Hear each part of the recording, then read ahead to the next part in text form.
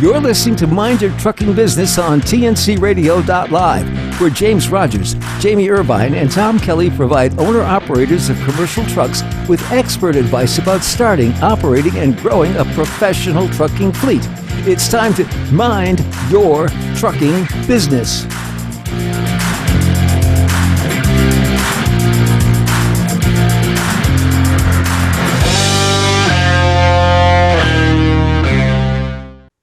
Welcome in TNC Radio.live. This is Mind Your Trucking Business. I'm Tom Kelly along with Jamie Irvin and James Rogers. So happy to have you with us tonight. Guys, I hope you're doing well. Let me start with you, Jamie Irvin. How are things going for you in the heavy duty parts report? Things are going really well. We're just kind of wrapping up 2022. We are getting ready for next year. We've got some new content that we're going to be putting out next year that I'm really excited about. You know, one of the things I love about heavy duty is just the people that work in the industry. And I've noticed in 20 plus years of working in this industry, almost 25 now, that there's some distinct personality characteristics that are very dominant in people who work in heavy duty. And I want to kind of go into that subject. Like, what does it mean to be heavy duty? What does it mean to be a person who would be considered heavy duty?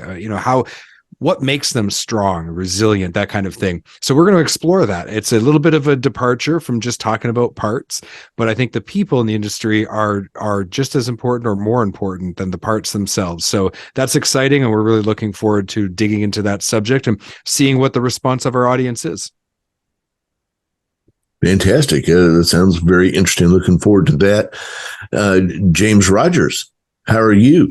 I am ecstatic. As you can tell, I there's no background noise, no beeping, no buzzers, no nothing. I'm home in my office in the home studio. Just same thing. It's the end of the year. I've got UCR stuff going on for the fleet. End of year tax preparation. If the stuff's getting ready to come up, and just getting ready to process that big jumbled mess.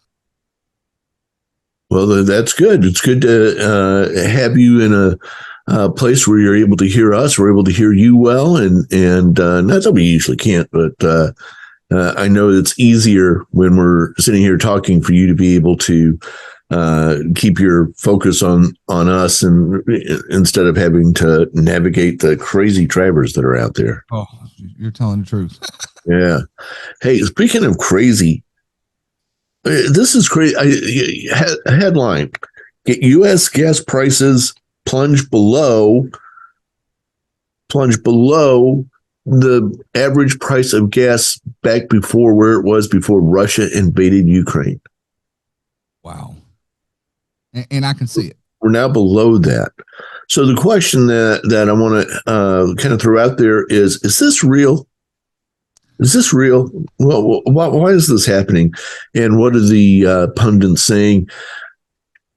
A lot of talking heads who talk a lot, but what I'm not seeing this time is some agreed upon answer where everybody goes, "Oh yeah, that explains that." There are a few things happening here and there that can explain why prices are suddenly dropping, and the people over at Gas Buddy think that, okay, well, as of this week, the average national price for a gallon of regular gas is $3.50. That's the average across the nation. Gas Buddy's predicting it will be below $3 by Christmas. Really? I mean, See that? There's some tinfoil theories out there. We could talk about those, but like you said, I don't know. I mean, you've heard the rumors or situation that, the Chinese population, they're locked up for COVID again, so that's going to affect it. They're going to drop it because the demand drops. The situation about just you name it. There's so many out there, and like you said, it's. There's not one you can put your thumb on, but just like you said, for us, when I'm out there on the road, I've seen it. In the last week, like literally last week, when I woke up Monday, I had an alert that said fuel prices were dropping like 37 cents a gallon was the first drop with who we use over here. And then the next day it was 13, and next day on and on. Like, oh, it was consistently dropping, and literally over the last 2 weeks, I would say, rough math, we're close to $1 down from where we started last Monday, and I'm not complaining. That's a huge savings for me. Like, for example, in Illinois is where I usually fuel coming out of St. Louis over there, just in Troy. Typically, have been paying anywhere between $4.50 to $5 a gallon, and that's with my discount. And I'm looking at it right now on our fuel app with NASTC. It is $3.75 a gallon, and that's in Illinois. Illinois is typically one of the higher states in the country. That is tremendous. I mean, tremendous. You're saving $1 on your fuel. I'm not complaining, but I'm the same way as you. I would love to know what's the reason. Please explain it and make it make sense to us. Yeah. Well, and adding to that complexity is, like, I'm in Alberta. Canada has the third largest oil reserves in the world. And right now, truckers are paying $7.27 a gallon up here. It's insane that we're paying that price. And the only reason that there would be a shortage of or driving that up is it has nothing to do with like supply and demand. It has everything to do with government regulations and mandates that are really forcing the high prices on Canadians. And I don't know what you think, Tom, but I kind of think that this little reprieve the U.S. is getting might be very short-lived. Like, if you look at the American transportation research industry, they put out their 18th annual report of top issues concerning trucking. And for the last 5 years, drivers shortage have been the number one issue. This year, it's fuel prices. I have a feeling when we look at 2023, we might be seeing fuel prices being still at number one, because I think we are at risk of a snapback here. Well, I think we are too. Now, when you gave that quote a moment ago, you said it was how much per gallon? So right now in Alberta, we're paying, at least in my town, we're paying $7.27 a gallon. But that's Canadian dollars, so that's like $2.50 US. Oh, come on. Okay, fair enough. So even if you took out the exchange, that's still probably topping $5 a gallon. I understand. Yeah, you just got to poke a little fun there. Yes, I am quite concerned that this whole thing is fake. And what I mean by that is that because we don't really have a good reason as to why the prices are dropping, we don't have a good reason to keep them from snapping back on us either. Yeah, and that is a concern. I mean, they're as fast as they are dropping. I mean, as a fleet owner, I've already, because my guys were happy. I was getting phone calls. Did you see? Yeah, I'm watching. But be careful. Be careful, because it will. And that's the part that scares me, as far as, even just in the trucking industry specifically, but even for the American people as a whole, when it snaps, I have a feeling that this snap is going to be painful, very painful. Or it doesn't. And this is the beginning of really good news. So let's take a positive look at this, because we do like to look at the industry with a glass half full view. So let's say for a moment that things have been artificially high, which has driven up costs for a lot of things around the world.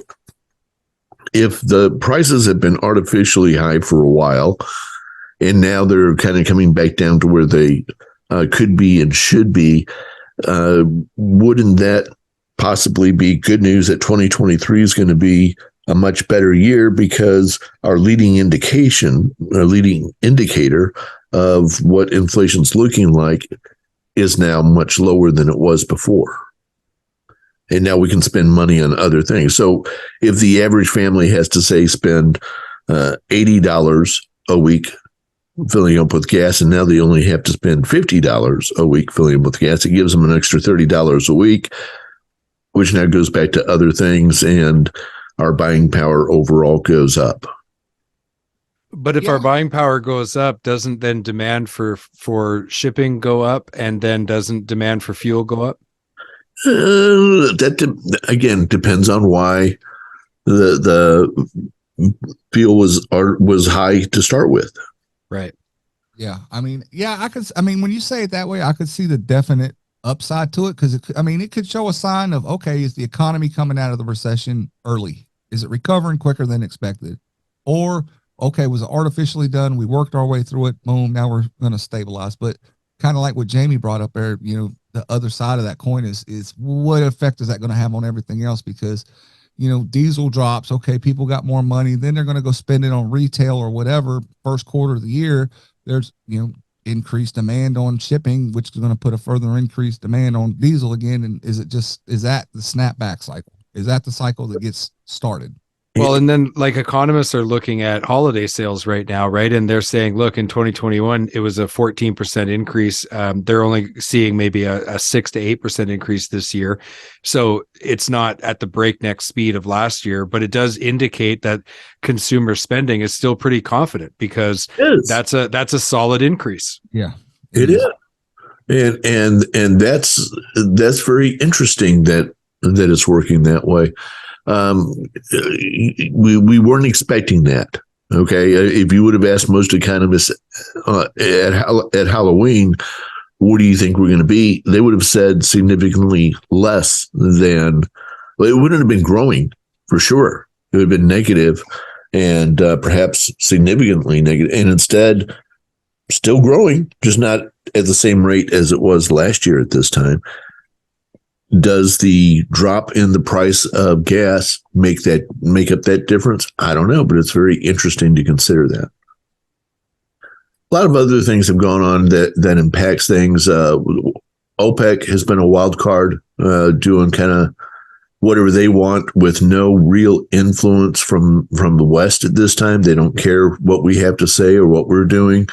We've got a price cap on Russian oil that's planning to take effect next week. There are a lot of things that play into all of this.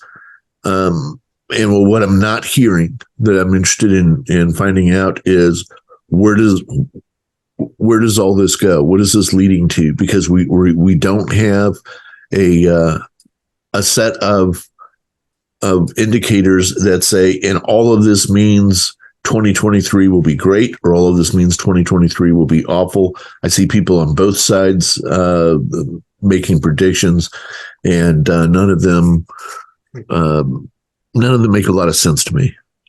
At this point, I'm kind of like, it's like playing Texas Hold'em. I ain't holding nothing, but flip the river card and let's just see what shows up. let's go that route. Yeah. Okay. All right. Hey, we got to take a break and come back and talk about not diesel. Let's talk about electric. We talked some about this last week. We're going to come back, talk about it more right here on tncradio.live. Stay right there. Catch Landline Now every night at 11 p.m. Eastern Time, along with an encore presentation weekdays at noon, right here on tncradio.live.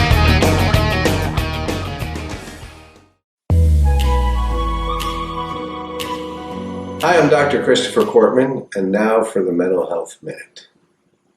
I'm an old dad with young kids, and sometimes, because I love them so much, they manipulate they manipulate me a lot. And I give in, and I end up doing things or giving things that I probably shouldn't. In fact, what I'm doing is I'm enabling them. Well, how do you know the difference between enabling and helping? Well, my rule of thumb is this. If you're ever doing something for someone that they could or should be doing for themselves, there's a really good chance you're enabling. If they're doing everything they can, the best they can do, and you assist them, you're probably helping them. Leo Buscaglia was a famous professor at the University of Southern California. And he had a very loving relationship with his mother. In fact, she called him Felice, or happy. And Leo tells a story about when he decided to take all of his money and head to Italy with the guys and just have a wonderful time while his mother was back in the States.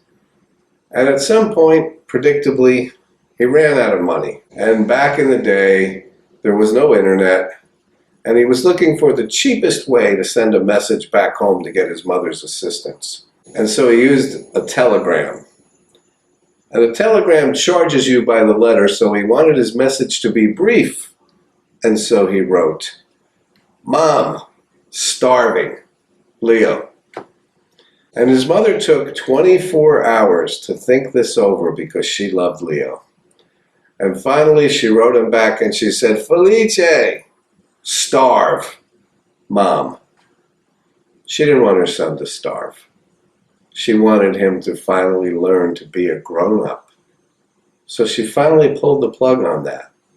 Leo says that mother said that was the hardest thing she ever did and the most loving thing she could ever do for her kids. And for me, I got to figure out how to do the same thing.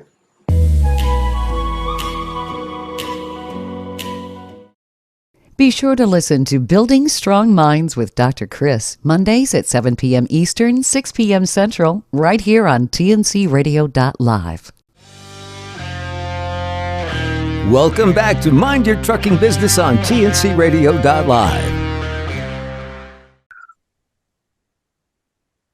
And welcome back in TNC Radio.live.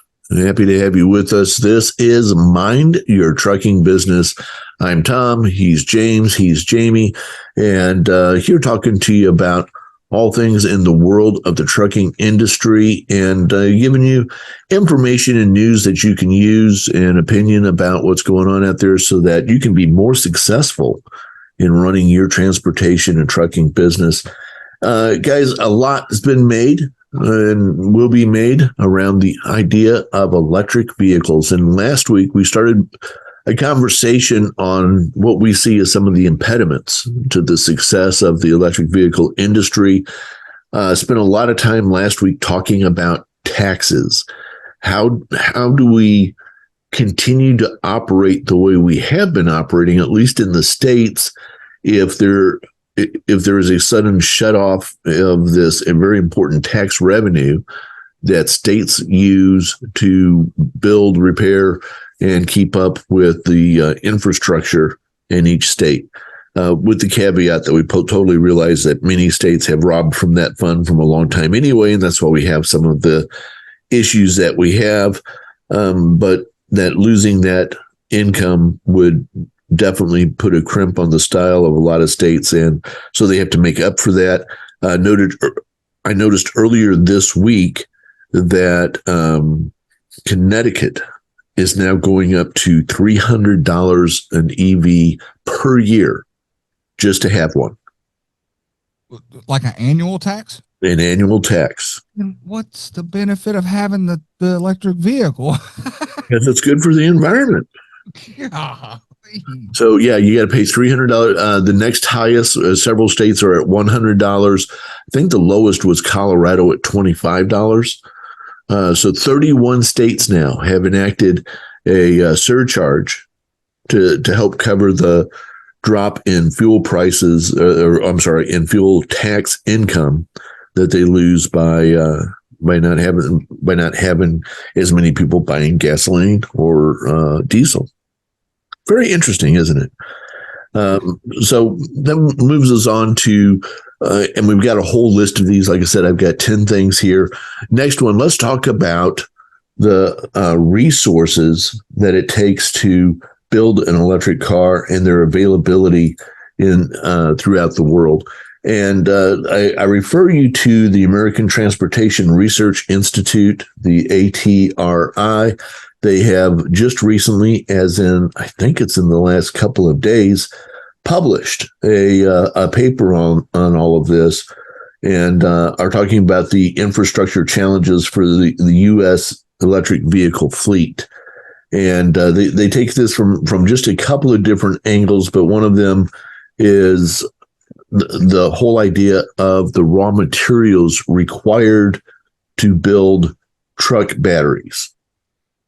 Okay, and especially for electric vehicle truck batteries. So there are four major things four major resources that these batteries have to have: cobalt, graphite, lithium, and nickel. Cobalt, graphite, lithium, and nickel.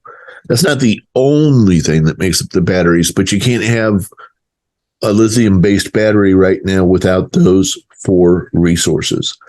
And the problem that we have is those resources are finite. Those resources are spread throughout the world. They're not in one central location. And the resources take resources to get them out of the ground. It's not like we've pulled them all out. So we've got top producers who are out there. We've also got, we know where it is, but we're not taking it out of the ground there. And so let's talk about this for just a minute. Let's take cobalt, for example. Cobalt, 70% of the cobalt that is available to us right now comes from, you guys know? I'm interested. I was going to say somewhere in the Middle East. The Congo. Really? The Congo. We're going to come back to that because that presents a very interesting issue. 70%, less than 5% comes from Russia, less than 4% comes from Australia, and then everybody else makes up the other 20%. Graphite. Take a guess. Graphite. Yes. 82% of the world's graphite comes from China. Oh gosh, figure. China. Then Brazil at 6% and Mozambique at 3%. Lithium. Oh, that's definitely South America. Yeah, that's Middle East. Not where it is. Where is it coming from right now? South America. No, the most of it right now is coming from Australia. Oh, really? Yeah, that's where it's coming from. About half comes from Australia, then South America, especially. Oh, okay. Okay. And then China also has some more lithium. They're bringing in a lot of lithium. Nickel. Any idea where that's coming from? No, I don't even know. No, I don't know. This one really surprising. I didn't know where nickel came from. But now you're talking about Southeast Asia, Indonesia, and the Philippines together make up about half of all of production of nickel in the world right now, with Russia bringing in about 10%. Okay, so that's who's bringing it in. Now let's look, where is it? Now you got to. We know that at least 40% of the world's lithium is in South America. Right. I'm sorry, no, 50%, with about 40% in Chile and 10% in Argentina. Australia has about a quarter of it, and the rest is spread around China, the U.S., and other. But the U.S. has maybe 4% of the world's lithium. So graphite, got a bunch in Turkey, don't have anybody taking it out of the ground in Turkey, really. Cobalt, as I mentioned, is in Congo. Nickel is in Australia and in Southeast Asia, Indonesia, Philippines, etc. Lithium, as already mentioned. So you get the idea. The stuff is spread out all over the world. And yet we're not necessarily taking it out of where it is, because either we don't have the infrastructure to get it out of the ground, or it's in a position that it's not easy to get to in our current technology, or we don't have the workforce where it is. But we do have a problem with the workforce in the Congo, and it's this: they're using kids to get it out of the ground. Oh Lord. Using kids to get the cobalt out of the ground. And that is, of course, not a good thing.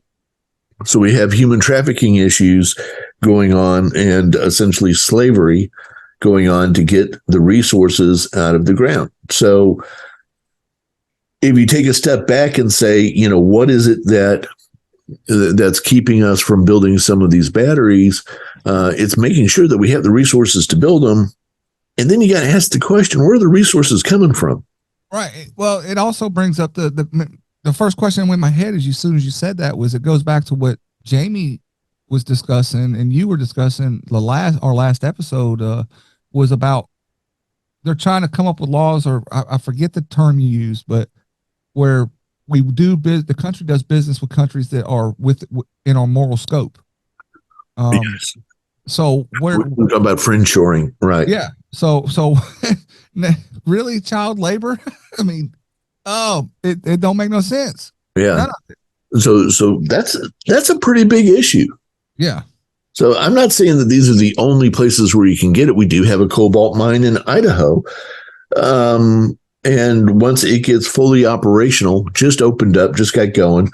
Once it gets fully operational, it might someday provide 10% of the cobalt that we need to build batteries here in the U.S. So that brings us to the next big challenge that we have here. How much of this stuff is out there and how much do we need? We know where it is. We know that in some places it's easier to get than others. We know that in some places getting the raw materials brings us issues around the labor market that does it. But then it gets into the two other major issues here that I think we need to talk about. Is there enough to go around? And what is the environmental impact of getting it out of the ground? That's going to be my question. Okay. So these things, again, I don't personally have an issue against EV. I have an issue against people who see EV as a panacea and a fix-all, and they don't have the facts and they're not doing their research. And we're passing laws, crazy laws, about how we're going to be, and we have companies making crazy decisions about stopping production on internal combustion vehicles in the next few years. We don't have any of this solved yet. And we're going to talk more about that right after this. TNCradio.live, mind your trucking business. Stay tuned. TNCradio.live, your commercial driver navigation station. We're all about the news, information, entertainment, talk radio, music, comedy, and topics truckers want to hear. I'm Shelley Johnson with Tom Kelly. We're talking with retired NASA engineer Homer Hickam, who's the author of Rocket Boys, which inspired the movie October Sky. We're talking with Alex Debegorsky. He's one of the original stars of Ice Road Truckers. Chip Davis of Mannheim Steamroller. Music icon and Grammy Award-winning country artist Lee Greenwood. We're speaking with racing legend Mario Andretti. Michael Martin Murphey is a legend on the music scene with wonderful ballads and hits like Wildfire and Cowboy Logic. Curtis Grimes. Michael McDowell, the 2021 Daytona 500 winner. Our guest this afternoon is Tom Bodett. You know the name, you know the voice. The Carolina Monkey Gouger, Jimmy Artis. Today we have the honor of speaking again with Long Haul Paul. Today we have Claire Dunn and Logan Mize with us. Stay tuned and stay safe with TNCradio.live.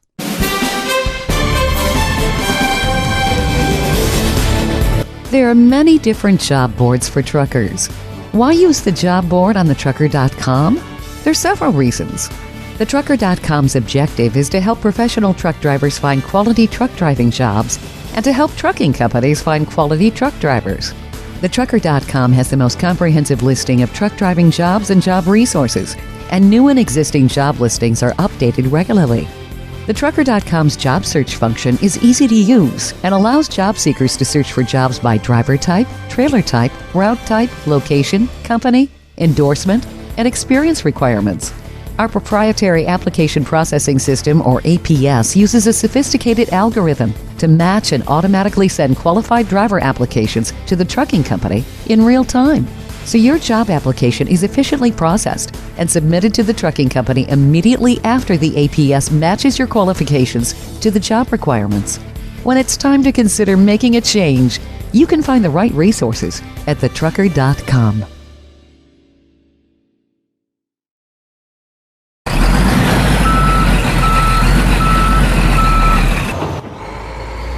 TNCradio.live, your commercial driver navigation station.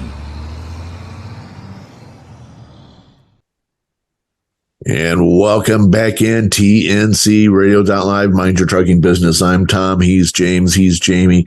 Guys, so great to have you with us here.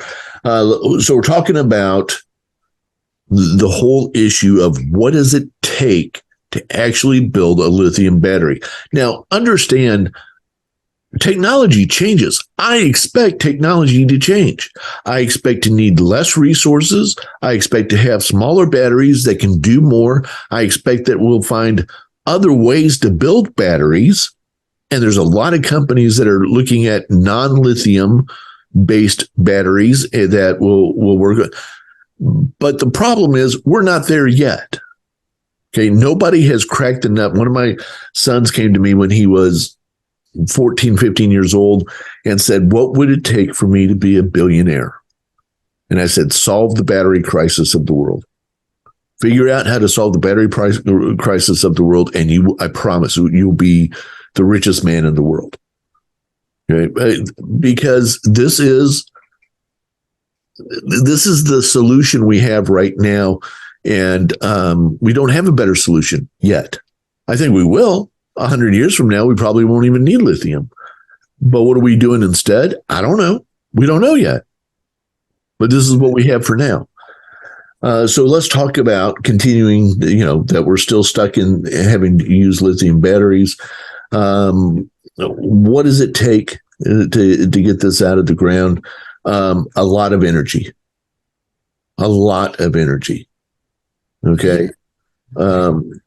We need to spend, to pull the cobalt out of the ground, just to give you a general idea here. And again, I refer you to the ATRI recent report on all of this. Just go to the ATRI website, and it's the number one thing there. And you can download this just by giving them your name and information and stuff. And these guys, look, this is a very well-researched article. They're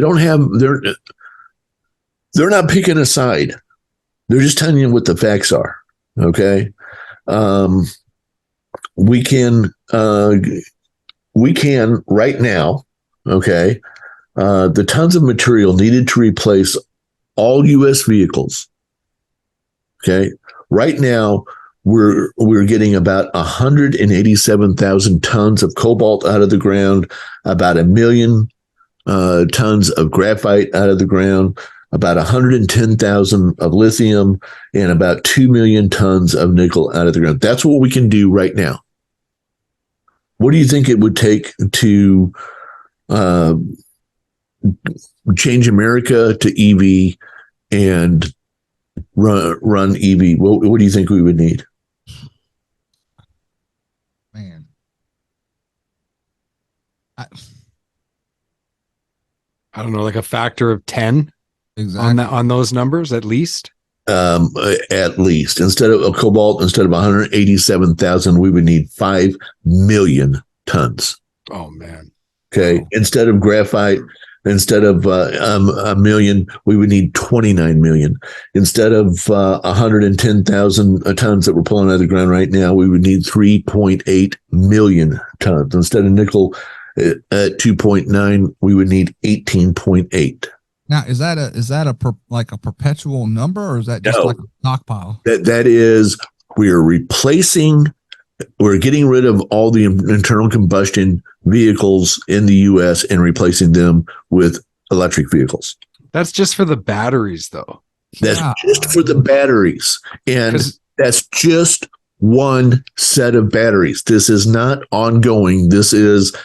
We're going to do this one time. We're going to last 6 years and all the batteries are going to be dead. So so that's basically just saying as if, okay, we're stopping the production of all, combustion engines. Yes. And holy smokes. Which we're supposed to do by 2035. Well, and the thing that just infuriates me about all of this is first of all, the data is available and very smart people have access to this data, and yet it just isn't finding its way down to the average person. The average person, especially somebody who believes in this like utopian future kind of put forward by people on the radical left, they just have no clue what is actually going on. And for example, when you talk about the ecological, environmental impact of mining all of this stuff, I mean, people just have no idea what's actually happening. Yeah. And that's like you just said, that's usually my biggest argument. Anytime somebody talks about EV in the truck industry is, do you not realize what's required to get it out of the ground? Yeah, well, we're going to come to that in just a little. Let me wrap up this last piece, because this is the part that I think really will leave your jaw hanging open for a second. We figured out, as best as we know. Okay, if you look everywhere where we believe there is cobalt, whether or not it's hard to get out of the ground or not, when you look everywhere, we think there's about 8 million tons on Earth. The U.S. alone, just to go to batteries one time, we need 5.3 billion tons. So we don't Just the U.S. Just the U.S. We don't even have the supply to accommodate it. So like, there's only 330 million people in the States. There's like billions of people in Asia and in India, and it's such a joke. Yeah, well, we got about 750 million, but the point is, we make up a very small percentage of the world's overall needs. But when you look at just the U.S. needs, if we were to say we're going to capture all of the cobalt in the entire world, we still, I mean, just for one battery for every single vehicle, there's barely enough cobalt to go around. Yeah. So, okay. Like on January 1st, 2022, the U.S. population was estimated at 332,403 people, 403,650 people. Jeez. The U.S. population? Yeah. U.S. population. Yeah. As of the census for January 1st, 2022, you guys have always hovered just over 300 million people. With Canada, you're at you're right. Close to 400 million, right? Yeah. Okay. But still 300. Yeah. But that's the point. I was like, there's like a 1.3 billion people in China. There's like 1 point whatever billion people in India. Just those two countries alone, they dwarf the demand for vehicles over the US. Sure. And if the US requires 65% of all cobalt in existence just to make one round of vehicles. Just if you were to stop it now, if you were to stop production now, we would require, like you said, about 65% of the total estimated cobalt supply we have on this rock. So, God. Jamie, since you've got your search engine open there, look this up. What is the what is the amount of CO2 emitted by commercial vehicles just in the U.S.? Oh, let's see here. Okay, I'm Googling it.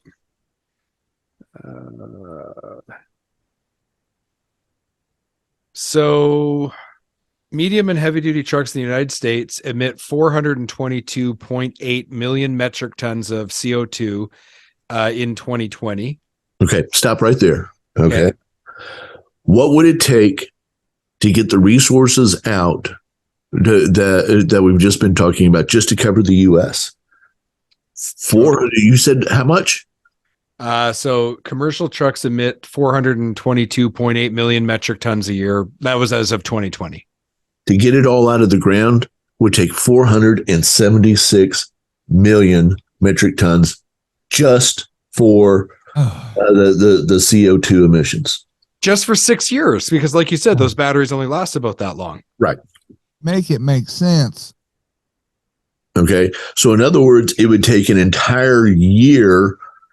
So when you're done, I will submit that we over the course of 6 years, will use 1/6 the amount to get it out of the ground for CO2 emissions. But then let's get into NOx and the other poisons we put into the atmosphere, sulfur and so forth.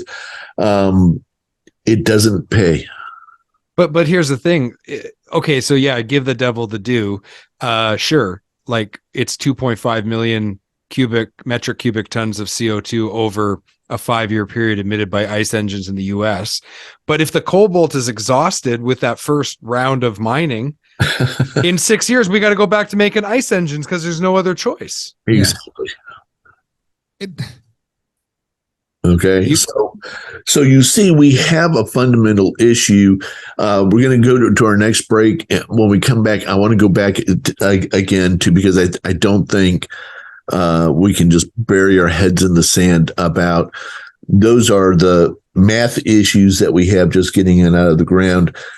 We have some social issues that we have to deal with, and because a lot of people talk about how because of internal combustion engines, ICE engines as it's called, because of internal combustion engines, we've hurt the economy and hurt the people of poorer countries in the world. What happens as we dig this stuff out of here? What does that do as far as social issues are concerned? So we'll talk about that here in just a minute. TNCradio.live, Mind Your Trucking Business. Tom Kelly, Jamie Urban, James Rogers. We'll be right back. Industry movement Trucking Moves America Forward is telling the story of the industry. Our safety champions, the women of trucking, independent contractors, the next generation of truckers, and more. Help us promote the best of our industry. Share your story and what you love about trucking. Share images of a moment you're proud of. And join us on social media. Learn more at truckingmovesamerica.com.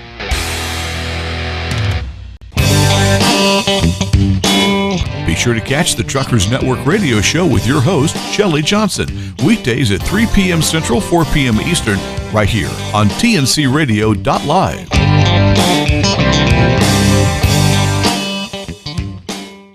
Hey drivers, did you hear music on TNCradio.live that you really liked? Or maybe you heard us interview an author of a book you'd like to read or listen to. You can get the books, music, and other products you hear about by going to our website at www.tncradio.live and clicking on the shopping cart.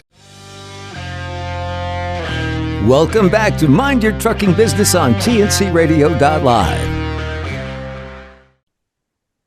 Welcome back, TNCradio.live. This is Mind Your Trucking Business. Tom Kelly, Jamie Urban, James Rogers. James, we were just talking during the break there, and tell us what you just said during the break. yeah, I mean, I have a college education, but I'm not a scientist. I'm not these high level people. I'm just a good old boy. I run a business, a family man, but I feel like that dog that was on Looney Tunes, the one that would sit there and just run around and he's just beating himself in the head, and it makes no common sense at all. None of it. It's like, how can they not see this? How can they keep preaching? It's like an agenda to me. It's like, none of it makes sense. It don't at all. This is why I get so frustrated with this discussion. It's like, duh. The common person can't see it because they're not given the information, and they don't realize that what's actually going on behind the scenes. Like, I really firmly believe that. And it's so infuriating to me because, common sense is just rarely common practice. And all you have to do is start doing a couple little searches for factual information, and this whole narrative starts to fall apart. So, for example, PACCAR alone made 44,000 vehicles this year. Just PACCAR. That's not Western Star, International, all the other Freightliner, all the other vehicles, right? So we know that global production on commercial vehicles, something around 250,000 units a year total. Like, how many electric vehicles were manufactured this year? Well, Nikola produced 300, and Tesla hasn't delivered any yet. So when we look at this massive ramp up need, and this is just commercial vehicles, of course, when we're talking about the batteries, it's for all vehicles, but just the commercial vehicles, the numbers, the production isn't there. And you're telling me that in places like California, we're going to only be producing electric commercial vehicles by 2030, or 2035, but when it's 100%, I don't see it. Did you guys see the Elon Musk rollout of the trucks, the badass trucks? No, I did not see it. I heard about it. I didn't see it though. So he rolls out the badass trucks because they're ready to go to production now. These are going to be the most badass trucks on the roads. I'm going to share this picture with you. Those of you who can't see what I'm doing here, I understand, but those of you who are right here, let me show you these badass trucks. Are you guys ready? Oh gosh. What the? It looks. Oh my god! You know what it looks like? It looks like a remake. You remember back? What was it back in maybe the '60s? They had that super truck, right? The super truck. Yeah, that's exactly what it looks like. To me, it looks like a Volkswagen Beetle with the ends with one side cut off. It's like a big. Well, it's that bullet. It's that bullet design, right, for aerodynamics. Yeah, but it's not even really that. I mean, look at this. It's kind of got the smushed in front. It's got some aerodynamics to it, but not a lot. I'm not overly impressed with. It's not sleek. I wouldn't call that sleek. Look at that big windshield. Golly. Yeah, well, wait till you get a rock chip in that thing. That's what I'm saying. I mean, that's a FMCSA violation waiting to happen. Hey, one of the things we were talking about is, and I think, Tom, you wanted to bring it around to like the impact on the countries where these minerals are found. Can I tell you a little story about a guy I play hockey with? Absolutely. Okay, so as we said, a large, not the largest, but a large part of the world's lithium is in South America, and there's lithium fields there. And this really reveals the dark side of our electric future, because I play hockey with a gentleman who's very wealthy, and he owns mines. And he owns some mines in South America. And he was telling us how they go in to these areas and they mine this stuff, and there's very little regulation, if any. And everything downstream from what they're mining, so they go into these rivers and they set up these fields, and of course there's runoff, and it affects everything around it. And he said that for miles after they're mining, there's like no wildlife in the rivers at all. Like everything's dead. And he said, like, I'm not proud of it, but it is what it is. And the governments of the Western world and don't seem to care. So I guess that's what we're just going to keep doing. Now, I don't, however you feel about him as an individual, I know I have my own personal opinion, but he's just telling truth. He's like, look, I do the mining. I run the companies that do the mining. I see what we do to these environments. Like, they just destroy them. And yet this electric future is touted in the West as saving the planet. Now, you're telling me that those South American villages that are along those rivers that have been there for thousands of years and dependent on those river systems for their very existence aren't adversely affected? Exactly. Like, come on. So what? We're going to build our utopian future what? On the graves of South American people, on the graves of people from the Congo, on the slave labor of children. That's how we're building our utopian future for the West. Like, I can't be, personally, I don't want to be part of a world that is built on the graves of people and slavery of children. Yeah, 40 is estimated 40,000 children under the age of 16, 40,000 children, according to UNICEF, were working in the cobalt mines, and the most recent data they have is from 2014. Oh, yeah. They know it's way more than that if that's the recent data of 2014. Yeah, this is that deputy dog moment I'm talking about. Is like, just like Jamie said, it's literally you're making it worse to supposedly save the planet.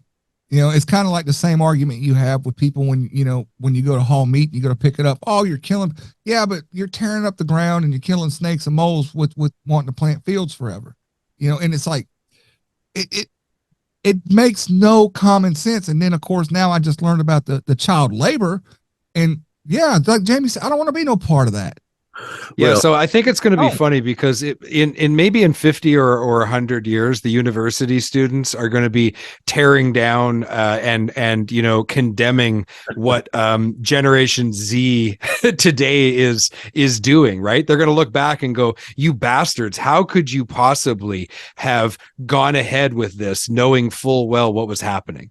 Well, and the reason is this: nobody really wants to shut these minds down, because if they did so, a mine is a terrible thing to waste.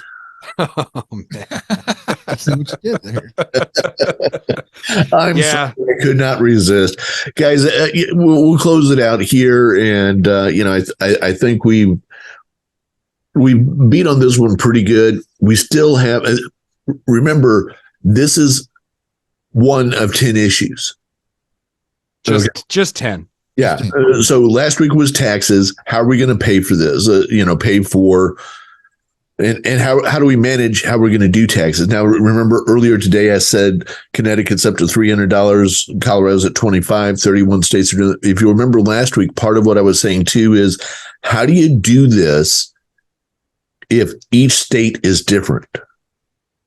So if some states are going to charge per mile and other states are going to charge per vehicle, how is that going to work? Okay. Are they going to charge me? Are they going to track me to see how much I drive through Missouri if it's going to be a per mile cost? And how am I okay with that? Okay. What if I'm in Connecticut and it's $300 a vehicle, but Rhode Island's only $100 a vehicle? Can't I ask my cousin to say that he owns my car and I save $200 a year? Yeah, you see, so we got that issue. We've got this issue, which of course hits both on a moral imperative and the issues around the pollution. So wait till you see some of the others. We've got issues here, and we need people to know the facts. The reason I want to share all these facts is because the more people out there who are listening to this, who know the facts, can have an intelligent conversation with those who use emotional arguments to make their point on something that they really don't understand as far as the practicalities of what it's going to take to move us to a world of electric vehicles. The inconvenient truth about the inconvenient truth. Yeah. Honest liars. Right? Yes, exactly. All right. Hey, we got to wrap things up. You're listening to TNCRadio.live, where we broadcast live from the shadow of the Johnson Space Center here in Houston, Texas, 24/7. We've got programming going on all the time. For instance, right after this show, you can catch Highway Fever with Charlie Claiborne. And it's a fantastic new show, just started recently, and encourage you to stay tuned for that. What's going on in your world, Jamie Irvin? Well, the Heavy Duty Parts Report is coming up very soon. We're going to be hitting 250 episodes, so a nice little milestone there. And we have been just doing great this year. The amount of growth we've had with the channel has been amazing, and we just really want to thank everyone for giving us such great support over 2022. We cannot wait to start publishing our episodes that we've already been recording for 2023. Fantastic. And finally, James Rogers, tell us what you're doing. On my podcast, the Road Race Podcast. I am going to be doing an episode here soon. Actually, probably this evening. After we get done here, I'm going to go record it.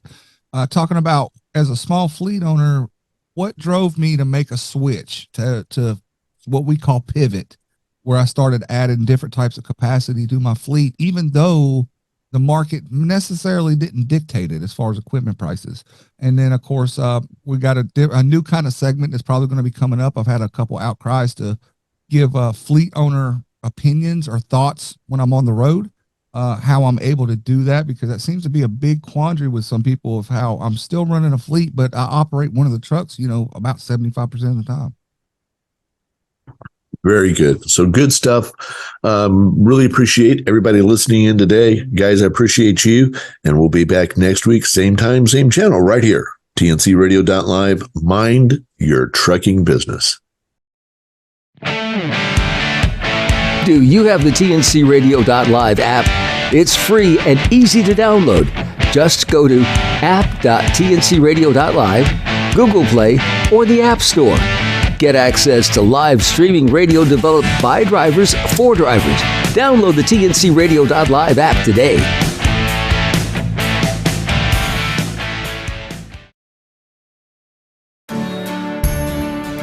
Don't forget, you can hear all of our TNC Radio primetime shows again on our podcasts.